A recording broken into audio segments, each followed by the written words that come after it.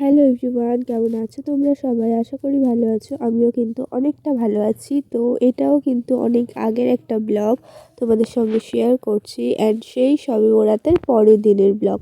তো আমি একটু গুছাচ্ছিলাম আমার রুমটা, মানে আমি আমার রুমটা গুছাতেই পছন্দ করি, আমি কারোর রুম গুছাতে পছন্দ করি না। মানে হলো আমি আমার মায়ের রুমটাও ভালোভাবে কোনোদিনও গুছিয়ে দিই না। সত্যি বলতে আমার নিজের ভালো লাগে না কারোর কিছু গুছিয়ে দিতে, মানে কারোর রুম বিশেষ করে।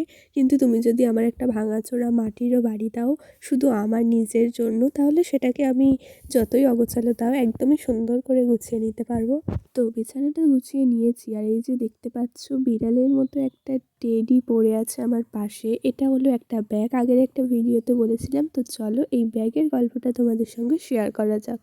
তো হ্যাঁ, এটা আসলেই একটা ব্যাগ। আমার ছোট্টবেলায় আমি যদি কোথাও গিয়ে মানে 1-2 দিনের জন্য থাকার কোনো ব্যাপার থাকতো বা কোথাও যেতাম, এমনি সময় বাড়িতেও ওর মধ্যে ছোট ছোট বই খাতা, পেন্সিল, রবার, জামা কাপড় নিয়ে সব সময়ের জন্য ঘুরতাম, অ্যান্ড ওটা কাঁধে নেওয়ারও জায়গা ছিল।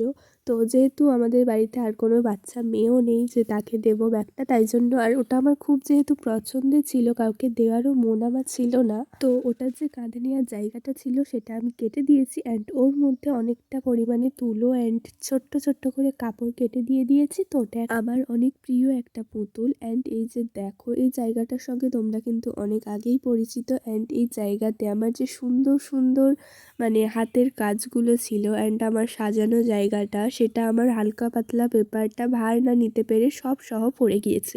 তো কী আর করা যাবে, আরও সুন্দর করে ওটাকে সাজাবো, অবশ্যই তোমাদের সঙ্গে শেয়ার করব।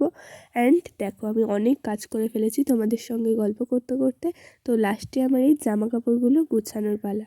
তোমাদের সঙ্গে থাকলে আমার কাজ করতে এত বেশি ভালো লাগে, অ্যান্ড কাজগুলো যে এত তাড়াতাড়ি হয়ে যায় আমি তোমাদেরকে কি বলবো, বলে বোঝাতে পারবো না। তো চলো আরও একটা কথা বলে নিই। তোমরা যদি এই ভিডিওটা ফেসবুক থেকে দেখে থাকো ফলো করে রাখো, আর ইউটিউব থেকে দেখলে অবশ্যই চ্যানেলটিকে সাবস্ক্রাইব